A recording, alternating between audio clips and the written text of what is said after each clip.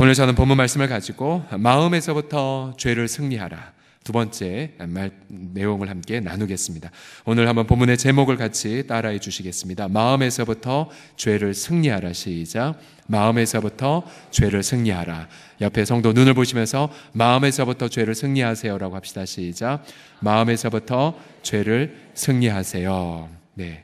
하나님의 사람이었던 바울은 자신의 마음의 죄성을 향해 이렇게 우리 가운데 실토를 했죠. 로마서 7장을 보면 전에 율법을 깨닫지 못했을 때에는 내가 살았더니 계명이 이름에, 지금 우리가 십계명을 보고 있지 않습니까? 계명이 이름에, 즉 계명을 깨달자 죄는 살아나고, 이게 무슨 말이냐면 내가 얼마나 죄를 많이 지었는지를 깨닫게 되었고, 또 내가 얼마나 죄된 인격인지를 알아서 나는 죽기에 합당한 자라는 것을 인식했다라고 바울은 말합니다. 우리가 십계명을 보면 볼수록 우리가 몸으로 나는 이렇게 행동하지 않았다라고 아무리 자위한다 하더라도 예수님은 마음을 보시고 있지 않습니까? 마음으로 무수하게 많은 범죄를 마음으로도 저질렀기 때문에 우리는 계명을 공부할수록 나는 정말 가망성 없는 죄인이구나 라는 것을 깨닫게 됩니다. 혹시나 우리 중에 어떤 분들은 목사님 저는 한 번도 살인한 적도 없고 사기친 적도 없는데요 라고 혹시 빠져나갈지 모르겠지만, 그러나 성경은요, 야고보서 2장 10에서 11절을 보시게 되면 누구든지 온 율법을 지키다가 그 하나를 범하면 모두 범한 자가 된다고 말합니다. 우리 전도복음 본문에 나오는 법문이죠. 하나를 범하면 모두 범한 자가 되나니 간음하지 말라 하시니가 또한 살인하지 말라 하셨은즉 네가 비록 간음하지 아니하여도 살인하면, 그러니까 우리 마음으로 누군가를 증오하고 심판하면 모든 율법을 범한 자가 되어버립니다. 그러기에 저와 여러분은 계명을 공부하면 공부할수록 우리의 의로는 결코 하나님 앞에 나아갈 수 없고, 우리의 의라는 것은 다 낡아 빠져서 그저 영원한 저주의 심판의 불쏘시개밖에 되지 않는다는 것을 깨닫게 되죠. 그러나 우리 사랑하는 성도들이여, 우리 주 예수 그리스도를 찬양하십시오. 바로 우리 예수 그리스도께서 이 땅에 우리 가운데 오셔서 친히 모든 율법의 계명을 완벽하게 성취하셨습니다.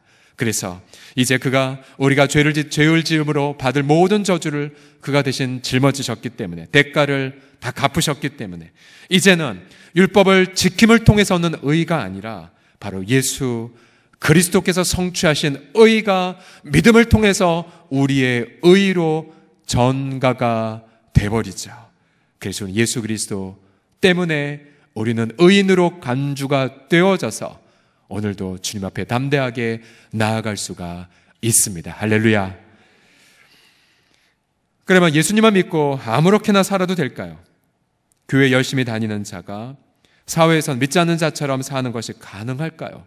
실제로 많은 교회 안에서의 직분자들이 법정에서 판결을 받고 구치소로 가고 온갖 사회에 똑같이 무리를 일으키는 것을 우리가 계속 보고 있지 않습니까? 결코 그렇지 않죠.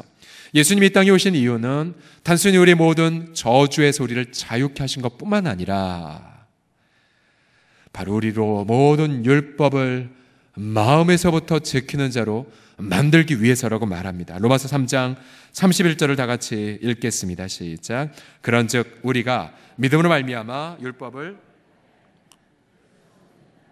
도리어 율법을 굳게 세우느니라. 아멘. 율법을 세운다는 뜻은 몸으로 순종하고 마음으로까지도 순종하기 위하여 예수님이 이 땅에 오셨다고 말합니다. 그래서 우리는 더욱더 이 계명과 율법을 연구하고 또 적용하며 살아가야 합니다. 자, 특별히 우리가 오늘 읽은 이 8계명과 9계명은 이 공공사회 속에서 특별히 지켜져야 될 계명들입니다. 공공사회. 만약 이 공공사회에서 8계명과 9계명이 지켜지지 않으면 그 사회는 지탱이 될 수가 없습니다. 우리는 그동안 너무나 개인적인 차원에서만 이 계명을 적용했지만 실제로 이 부분을 연구해 보면 정말로 사회 안에서 혹은 일터 안에서 이것을 어떻게 지켜야 되는지 성경은 강하게 강조를 하고 있다는 것을 깨닫게 되죠. 우리 8계명과 9계명, 우리 8계명을 다 같이 한번 외쳐보겠습니다. 도둑질하지 말라. 시작. 도둑질하지 말라. 9계명입니다. 내 이웃에 대하여 거짓 증거하지 말라. 시작. 내 이웃에 대하여 거짓 증거하지 말라. 자, 10계명, 내 이웃의 집을 탐내지 말라. 시작. 내 이웃의 집을 탐내지 말라. 도둑질하지 말라. 거짓 증거하지 말라. 탐내지 말라. 자, 이제 각 계명들을 살펴보면서 우리가 마음에서부터 죄를 승리하기 위한 부분들을 같이 묵상해 보죠. 첫 번째, 우리 도둑질의 죄 부분 한번 살펴보죠. 도둑질의 죄. 히브리어로 이 도둑질이란 단어는 히브리 말로 가나브라고 하는 단어인데요. 가장 최초로 등장한 본문은 바로 창세기 30장 야곱의 직장에서였습니다. 야곱은 악덕고용주인 라반에게 이렇게 말을 하자. 창세기 30장을 보시면 후일에 외삼촌께서 오셔서 내 품삯을 조사하실 때에 나의 의가 내 대답이 되리이다. 내가 혹시 염소 중 아롱지지 아니한 것이나 점이 없는 것이나 양 중에서 검지 않은 것이 있거든. 그 당시에 야곱은 흰 것만 자신의 봉급으로 여겨달라고 제안을 했었거든요. 그래서 만약에 자기 속에 어떤 얼룩든 것이 있으면 내가 도둑질한 것으로 인정하소서라고 말합니다. 야곱이 사용했던 이 도둑질이라는 개념이 무엇이냐면 내가 노동하지 않은 것들을 취하는 행위였습니다. 내가 노동하지 않은 것들을 취하는 행위. 결국 불로소득으로 추구하는 모든 사익 추구가 바로 도둑질인 것이죠. 도박, 도둑질입니다. 불로소득을 통한 이득 취득이기 때문이죠. 비트코인이나 이런 어떤 투기, 어떤 가상화폐에 대한 투기도 역시 도적질에 해당이 됩니다. 왜냐하면 불로소득을 통한 이득 추구이기 때문이죠. 부동산 투기를 통해 1억 천금을 누리는 것도 도적질에 해당이 됩니다. 지난 2007년부터 2015년까지 우리 한국의 GDP의 무려 30%가 부동산을 통한 소득이었습니다. 30%가 땀 흘려 일하지 않고 가만히 좋은 땅, 좋은 건물, 좋은 아파트를 통한 사익 추구를 했던 것이죠. 그래서 얼마 전이었나요? 무슨 강남에 어느 무슨 재개발 단지가 오픈되었다고 했을 때 뉴스에서 이렇게 얘기하더라고요. 프로야구 시범 경기에 모인 인원보다 더 많은 인원들이 새벽 몇 시부터 다 몰렸었다고. 왜 그럴까요? 사놓으면 올라가기 때문에. 여러분, 크리스찬들이 그 자리에 있어야 될까요? 그건 그렇지 않습니다. 그건 도둑질입니다. 도적질이에요. 우리 한국의 사회의 가장 큰 고통이 무엇입니까? 부동산을 통한 이익이 근로소득을 압도했기 때문이지 않습니까? 그래서 일반 직장인들이 밥도 먹지 않고 문화생활을 하지 않고 20, 30년간을 벌어야 서울에서 집을 살 수 있는 대단히 잘못된 부분이죠. 그러니 과거에 이 자리에 계신 우리 베이비부모 세대들 또 그 윗세대들은 그래도 그 당시에는 근로소득을 통하여서 예를 들어서 어느 한 가장이 혹은 어느 마지가 먼저 서울로 올라오면 그의 봉급으로 비록 빠듯하긴 하지만 동생들까지 먹여 살릴 수가 있었죠. 그러나 지금은 불가능한 구조가 된 이유가 무엇이냐면 바로 불로소득을 추구하는 이 경제적인 이 구조들을 나라 정부가 막지 않았기 때문에 그래요. 저희 집에 살고 있는 여러 동물 중에서 거북이 2마리가 있다고 전에도 말씀드렸죠. 지금 몇 살을 살고 있는지 모르겠습니다. 아무튼 휘린이보다 나이 많고 거의 아림이 나이 많은데 근데 같은 날 샀는데 한 애가 약간 커요. 그래서 먹이를 주면 이 한 애가 언제나 빠르게 다 먹이를 먹어버립니다. 작은 애가 잘 못 먹어요. 그래서 저희가 작전을 짜기를 언제나 작은 애 아이에게 먹을 걸 집중적으로 투여합니다. 그러나 작은 애는 잘 못 먹어요. 큰 애가 어떻게 알았는지 다 뺏어 먹습니다. 그래서 이제 최근에 큰 애가 작은 애를 물어뜯는 불상사까지 일어나서 우리가 지금 분리시켜 놨습니다. 강제 분리시켰어요. 이제 거북이를 볼 때마다 생각나는 게 있습니다. 국가가 이래야 되는데 약자가 공평한 기회를 갖기 위하여 강자에게 분명한 어떤 법을 집행해야 되는데 이런 생각을 늘 거북이 먹이 주다가 묵상을 합니다. 또한 도적질은 남의 소유물을 자신의 이득을 위해 가져가는 행위입니다. 창세기 31장에 보면 라헬은 아버지 라반의 드라빔을 훔쳐가죠. 자신의 앞으로의 진로를 위해 우상이긴 하지만 남의 가장 소중한 것을 빼앗아 갑니다. 이것도 역시 도적질입니다. 특별히 도적질의 이 단어는 사람을 유괴하고 납치한 문맥에서 집중적으로 쓰여집니다. 출애굽기 21장 16절에 보게 되면 히브리어 까나브가 납치라고 그렇게 번역되면서 사람을 납치한 자가 그 사람을 팔았든지 자기 수하에 두었든지 그를 반드시 죽일지니라. 예를 들어 아프리카의 보코하람이라는 무장단체가 수많은 소녀들을 납치해버리는 것, 얼마나 끔찍한 죄의 악일까요? 더 나아가 이 도적질은 하나님과의 관계에서도 집중적으로 사용이 됩니다. 여호수아 시절 아간이 하나님에게 바쳐진 물건을 탐심으로 몰래 훔치죠. 그러자 이스라엘 전체가 전쟁에 패하게 되었죠. 여호수아 7장 11절을 보시면 이스라엘이 범죄하여 내가 그들에게 명령한 나의 언약을 어겼으며 또한 그들이 온전히 바친 물건을 가져가고 도둑질하며 속이고 그것을 그들의 물건들 가운데에 두었느니라. 하나님과의 관계에서 하나님의 바쳐진 물건을 가져가는 것도 하나님 앞에 도둑질하고 속이는 범죄입니다. 우리가 잘 아신 말라기서 3장 5절에 보게 되면 11조와 봉헌물, 이것도 역시 도둑질이라고 주님은 말씀하십니다. 사람이 어찌 하나님의 것을 도둑질하겠느냐? 그러나 너희는 나의 것을 도둑질하고도 말하기를 우리가 어떻게 주의 것을 도둑질하였나이까 하는도다. 이는 곧 11조와 봉헌물이라는 말씀도 있습니다. 결국 이 도둑질하라는 이 계명은 하나님과 우리와의 관계, 또 사람과 사이와의 관계를 안전하게 만드는 주춧돌과 같은 부분이죠. 그래서 이 계명이 제대로 지켜지면 사회가 평안하고 안전하게 되죠. 그리고 모든 경제활동이 보장을 받게 됩니다. 자, 이른바 일터 신학을 집대성한 TOW, 일터의 신학, 그 주석에 따르면 이 계명을요, 일터에서 이렇게 자세하게 적용을 합니다.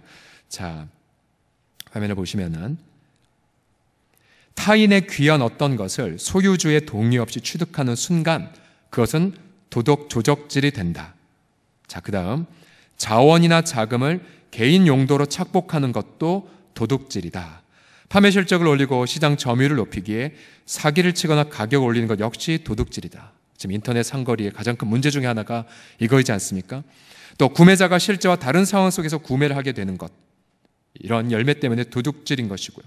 또한 사람의 어떤 두려움이나 취약점, 무력감, 절박함을 이용해 이득을 취하는 것도 도둑질의 한 형태다. 저작권이나 지적재산권을 침해하는 것도 창하는 사람에게서 그들이 마땅히 받아야 될 민법상의 이윤을 빼앗는 행위이기 때문에 도둑질이다.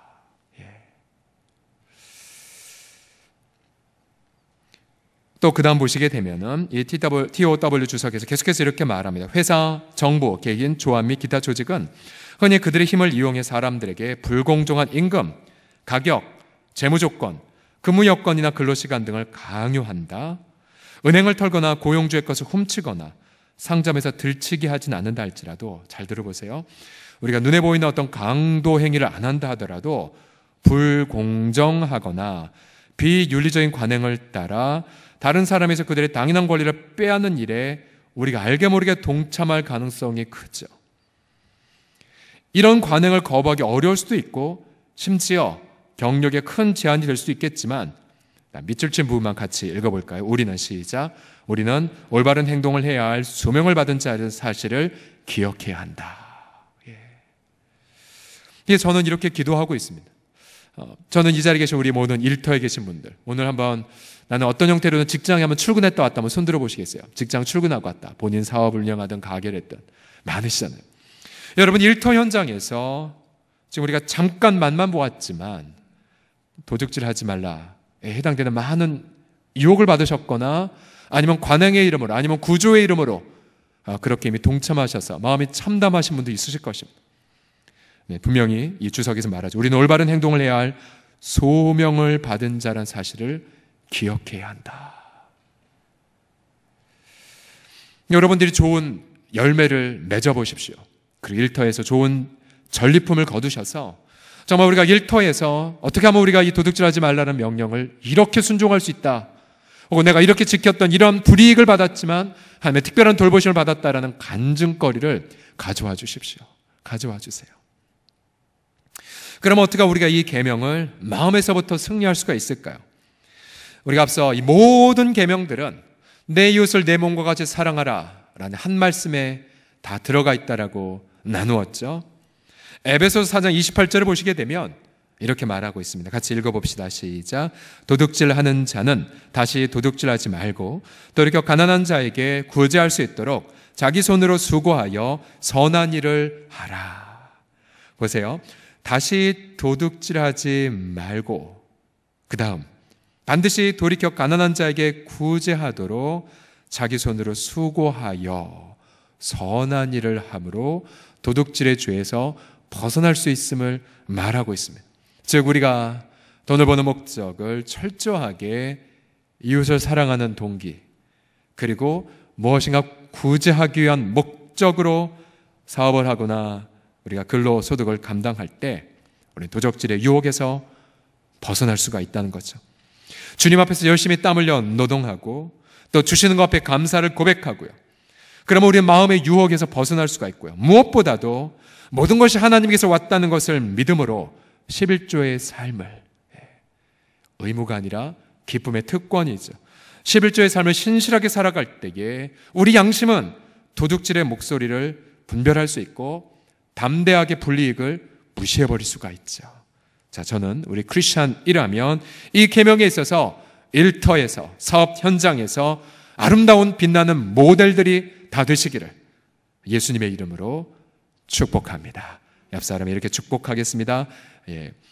도둑질하지 마십시오라고 시작. 도둑질하지 마십시오. 두 번째로 마음에서부터 죄를 승리하는 부분에 있어서 두 번째로 거짓말의 죄를 어떻게 하면 우리가 물리칠 수가 있어요? 거짓말의 죄. 여러분 성경에 나오는 가장 최초의 거짓말 어디에서 있을까요? 바로 에덴 동산 사탄이 아담과 하와에게 이러한 거짓말을 했죠. 창세기 3장 4절 5절을 보시면 뱀이 여자에게 이르되 너희가 결코 죽지 아니하리라 거짓말했죠.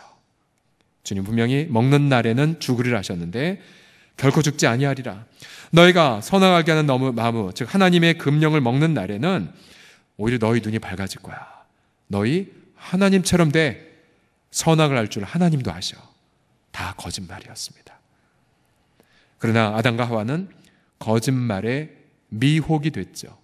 감정이 따라갔고 그들의 지성도 마비됐고 결국 의지가 따라가서 금령을 어겨버렸습니다. 예수님이 요한복음 8장 44절에 분명히 이 사단의 정체가 처음부터 진리가 그 속에 없으므로 진리에 서지 못하고 거짓을 말할 때마다 제 것으로 말하나니 이는 그가 거짓말쟁이요 거짓의 아비라고 말씀하고 계십니다. 진리가 없어요. 아버지의 말씀은 진리인데 성경 말씀이 진리인데 진리가 없자 자기 것이 온통 거짓말 뿌립니다. 이것이 바로 사탄의 정체입니다. 거짓말이 무엇입니까? 그것은 바로 하나님 말씀에서 말씀이 없는 상태인 거죠. 하나님 말씀이 없으면 반드시 그것이 아무리 내 이성이 합치하고 내 경험이 맞는다 할지라도 우리는 거짓에서 돌이킬 방법이 없습니다. 하나님이 얼마나 거짓말을 미워하시는가. 특별히 이 상거래에서의 거짓말을 이렇게 증오하시죠.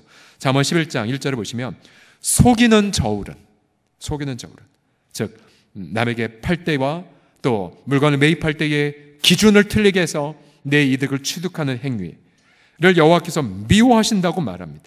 또 21장 6절에 보시면 속이는 말로 재물을 모으는 것 그것은 죽음을 구하는 것이라 곧 불려다니는 안개와 같다라고 말합니다. 속이는 말로 재물을 모으는 것.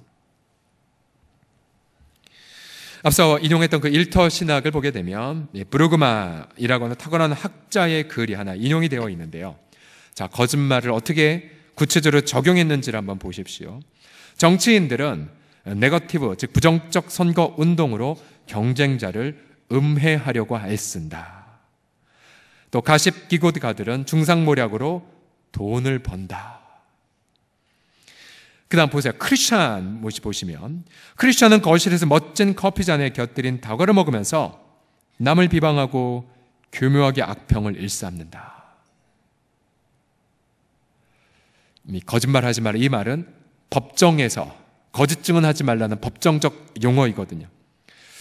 제가 사실상 법정행위가 정당한 사법적 절차 없이 이렇게 도처에서 자행된다. 비난이 가해지고 소문이 전파되며 비방, 위증 및 명예훼손 발언이 여과 없이 유포된다. 크리스찬을 통하여서.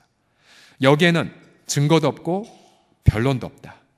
크리스찬은 이런 대화에 가담하거나 그런 대화를 용인하는 것을 거부해야 하며 자신을 변호할 수 있는 당사자 본인이 없는 상황에 절대 누군가를 비방하거나 폄하해서는 안 된다. 제가 다시 읽어볼게요.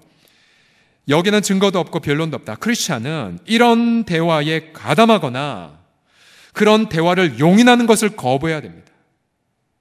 그렇죠? 누군가에 대해서 악담하는 말을 내가 앞에서 한다면 잠깐만요. 그 말은 당신의 말입니까? 아니면 누구에게서 들은 말입니까? 제게 말을 하지 말아 주십시오라고 따끔하게 혼내야 됩니다, 여러분. 거짓 증거하는 죄를 범하는 걸 내 눈으로 보고 있는 거거든요. 그래서 자신을 변호할 수 있는 당사자 본인이 없는 상황에서 절대 누군가를 비방하거나 폄하해서는 안 된다. 그 다음 잘 보세요. 아무리 기도 요청이나 목회자적 관심에 의한 것이라 해도 동기가 무엇이든 어떤 형태로든 근거 없는 소문을 퍼뜨리는 것은 잘못된 행동이다. 우리 모두에게 해당된 말입니다. 그렇죠? 특별히 목양의 현장에 계신 분들, 또 우리 중보기도의 현장에 계신 분들, 특별히 우리가 조심해야 될 부분이죠. 아무리 우리 동기는 사랑이고 어떤 목회적인 마음이라 할지라도 어떤 형태로든 근거 없는 소문을 퍼뜨리는 자가 되어버리는 것을 삼가야 되죠. 그러면서 우리는 은근히 잠언의 말씀처럼 이런 말씀 있죠. 남의 말은 마치 별식것 같아 뱃속에 쏙 들어간다고요. 여러분 그거 아세요? 누군가 뭔가 큰 고난을 겪었을 때에 진심 어린 마음으로 눈물로 사랑하는 마음도 있지만 또 다른 마음 편에서는 그러면 그렇지, 네가 계속 그렇게 고난 당해야지. 은근히 즐기는 우리 마음에 죄성 있는 것 있지 않습니까? 그래서 우리는 계속 마지막까지 읽어보면 단순히 거기에 동참하지 않는 것만으로는 부족하다. 크리스천에게는 소문을 멈추게 하고 소문을 퍼뜨리는 사람을 막아야 할 의무도 있다. 우리 마지막 문장만 같이 읽어볼까? 크리스천에게는 시작. 크리스천에게는 소문을 멈추게 하고 소문을 퍼뜨리는 사람을 막아야 할 의무도 있다. 옆 사람 보시면서 소문을 막겠습니다 하겠습니다. 시작. 소문을 막겠습니다. 언제든지 함께 강조해야 될 부분이죠. 그러면 우리가 어떻게 이런 거짓말에서 벗어날 수가 있을까? 안 걸리는 게 없지 않습니까? 그래서 앞서 다시 모든 계명은 내 이웃을 내 몸과 같이 사랑하라는 한 말씀에 이루어졌다는 말씀 명심하십시오. 에베소서 4장 15절과 25절 각각 보시면요. 오직 사랑 안에서 참된 것을 하라. 진리에 속한 말씀을 합당한 삶을 살라고 하면서 25절 보시면 그런즉 거짓을 버리기만 하면 안 되죠. 각각 이웃과 더불어 참된 것을 어떻게 하라고요? 말하라. 이는 우리가 서로 사랑하는 지체가 됨이라고 말하고 있습니다. 그래서 우리가 이 거짓 증거를 막기 위해서는 진리이신 말씀을 나누고요. 말씀을 나누고 또한 우리의 동기가 진리이신 말씀과 더불어 함께 사랑의 동기로만 살아야 되고요. 그리고 제3자에 대한 이야기는 가급적 삼가고요. 행여나 내 마음속에 누군가를 향한 어떤 비방이나 판단이 조금이라도 들어갔다면 골방에 들어가서는 하나님 앞에는 마음껏 얘기해도 괜찮아요. 다윗도 그랬으니까요. 그러나 주님이 내 마음을 점검하시고 나서야 제3자 이야기를 하는 것이 지혜롭습니다. 시편 120편 2절의 저자는 그래서 평생 우리가 기도해야 될 제목을 이렇게 적어주죠. 같이 읽어봅시다. 시작. 여호와여 거짓된 입술과 속이는 혀에서 내 생명을 건져주소서. 한 번만 더 읽겠습니다. 시작. 여호와여 거짓된 입술과 속이는 혀에서 내 생명을 건져주소서. 그래서 역시 크리스찬으로서 일터 현장이나 우리 가정에서 또 교회 공동체 안에서 정직한 자라고 사랑 많은 자라고 진실만을 말하는 자라는 칭찬을 받는 우리 모두가 다 되시기를 예수님의 이름으로 축복합니다. 마지막 마음에서부터 죄를 승리하기 위해서 마지막은 탐심의 죄를 이기는 것입니다. 마지막 같이 따라하십시오. 탐심의 죄를 이기십시오. 시작. 탐심의 죄를 이기십시오. 자, 한 학자는 이 10번째 계명을 가리켜 전체 계명을 요약한 요약 계명이라고 말합니다. 피터라는 분이 말했는데요. 요약 계명. 왜냐하면 10번째 계명만이 다른 모든 계명들은 행동을 다루는데 10번째 계명은 바로 마음을 다루고 있었어요. 탐심. 그런데 이 탐심에서 다른 모든 죄악들이 발원하기 때문입니다. 자, 예를 들면 이웃의 집을 탐할 때 도적질이나 살인의 죄로 이어지죠. 아합 왕이 이웃 나봇의 포도원을 탐하자 거짓 증인들을 세워 나봇을 죽이고는 탈취했습니다. 탐심에서 시작되어 거짓말과 살인의 죄로 이어졌죠. 또 이웃의 아내를 탐할 때 간음의 죄를 저지른 케이스가 다윗, 우리아의 아내 바세바를 탐했고 간음의 죄를 저질렀고 그 죄를 덮기 위해 거짓말과 살인의 죄를 저질렀습니다. 이 탐심은 그래서 이 10계명의 제1계명과도 연결이 됩니다. 고린도서 3장 5절을 보게 되면 탐심은 곧 우상숭배니라고 말하고 있기 때문입니다. 같이 읽어보겠습니다. 탐심은 우상숭배니라. 시작. 이 탐심에 당하는 히브리어 이 단어는 놀랍게도 에덴 동산에서 우리 조상이 뱀의 거짓말을 듣고 미혹된 마음으로 선악을 알게 나무를 볼 때에 쓴 마음과 내용과 똑같은 말이 나옵니다. 즉 보았더니 지혜롭게 할 만큼 탐스럽게 보였습니다. 탐스럽다는 이 단어가 바로 탐심하지 말라와 똑같은 단어입니다.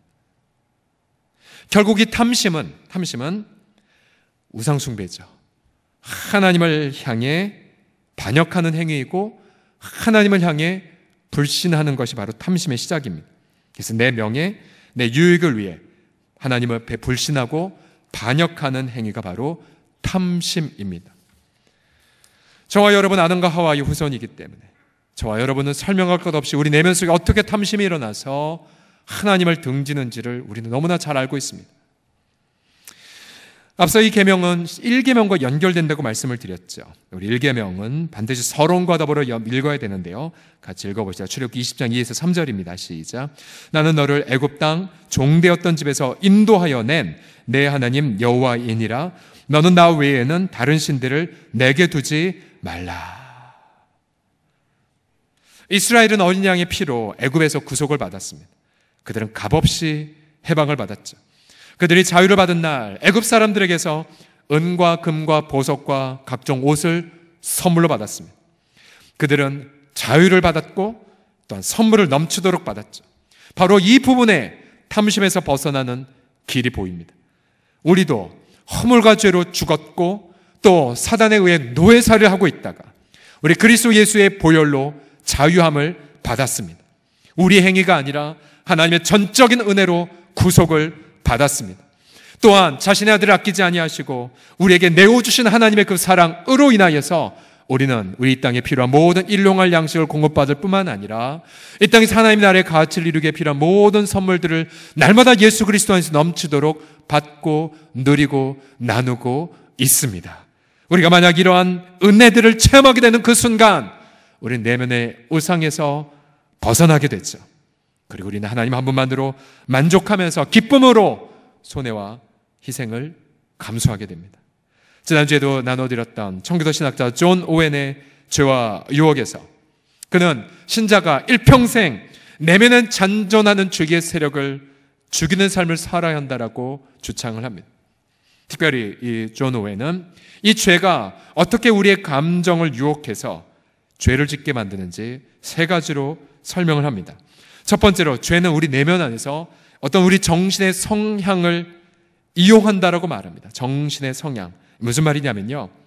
거짓된 어떤 이론, 또 어떤 합리적인 구실. 그래서 우리 정신으로 하여금 죄져도 위험하지 않아. 혹은 어쩔 수 없잖아. 라는 마인드를 갖게 하여 생각이 그런 생각을 하는 순간 감정은 덫에 걸려버리게 되는 거죠. 자, 죄를 짓는다라고 말하고요. 두 번째로는 죄는 삶의 양상을 이용하여 죄를 바람직한 것으로 보이게 만듭니다. 너무 무섭죠. 우리가 왜 죄를 짓냐면 죄가 그럴듯해 보여서요. 그래서 죄는 영혼을 어지럽게 하기를 원할 때에 마음을 꿰기 위해서 자신을 아름답고 만족스러운 것으로 죄는 스스로를 채색합니다. 아담과 하와가 보암직도 하고 먹음직도 하고 지혜롭게 할 만큼 탐스럽게 보였죠.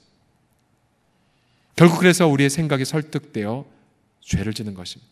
지금도 우리 성도들 가운데에 본인이 죄를 짓고 있는 걸 알매도 불구하고 돌이키지 못하는 이유가 무엇입니까? 이미 그 죄된 행위를 짓기 이전에 잔존하는 죄의 세력에 마음과 감정이 다 빼앗겼기 때문이죠. 결정적으로 죄는 존 오웬에 따르면 죄는 죄와 결합된 위험을 숨깁니다. 그 죄를 통한 심판 혹은 그 죄를 통한 깨어짐을 감추죠. 그리고 죄는 매력과 호감으로 우리의 이성과 감성을 사로잡아 결국은 죄를 짓게 만듭니다. 그래서 처방으로 존 오웬은 날마다 십자가를 바라보고 날마다 죄를 죽이라고 권면하고 이 죄 속에 있는 그 위험한 부분들을 날마다 바라보고 경계하라고 그렇게 말합니다. 그러면서 이렇게 말합니다. 제가 마지막으로 한번 읽겠습니다. 거룩한 것을 향한 우리의 활기찬 감정은 우리가 보통 신앙의 첫사랑 혹은 성령의 충만함으로 표현하는 거죠. 거룩한 것을 향한 우리의 활기찬 감정은 보세요. 끊임없이 보살피고 단련하고 경고하지 않으면 어떻게 돼요? 쉽사리 쇠퇴하는 것을 기억해라. 쉽사리 쇠퇴합니다. 쉽사리. 우리가 그런 자들이에요. 쉽사리 쇠퇴합니다. 하나님께서는 성경을 통해 처음 사랑을 잃고 감정이 부패되는 것에 대해 경고하고 계신다.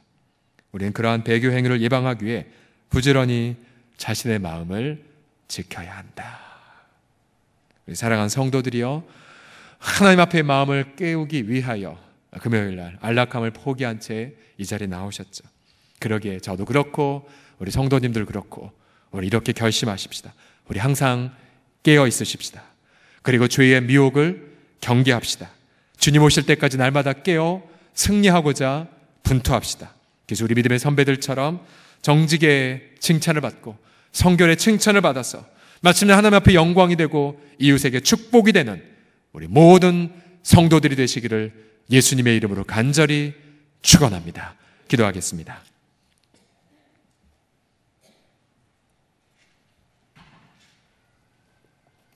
아버지, 오늘 이 시간 마치 엑스레이로 우리의 숨어있는 폐부를 다 보는 것처럼 우리 마음에 식은땀이 흐르고 우리 마음의 죄책감을 느꼈나이다. 아버지 하나님, 우리 내면에서 횡행되고 있는 거짓의 폭풍우와 아버지 하나님의 탐욕의 우상덩어리가 얼마나 많았는지를 인정하나이다. 우리 주님, 묵은 땅을 기경하라고 그렇게 명령하였을 때에 주님, 우리 내면 안에 있는 온갖 죄악의 폭풍우들, 그리고 이미 우리의 지성과 감성이 마비가 되어 죄를 짓되 전혀 부끄러움 없이 죄를 짓는 우리 자신들의 행태들을 우리 주 앞에 스스로 고발하나이다. 주님, 우리 모두가 깨어 경성하여 아버지 앞에 예수님께서 오신 그 목적을 이루어가는 의의 열매를 맺는 자들 되게 하여 주시옵소서. 우리 주 예수님의 이름으로 기도드립니다. 아멘.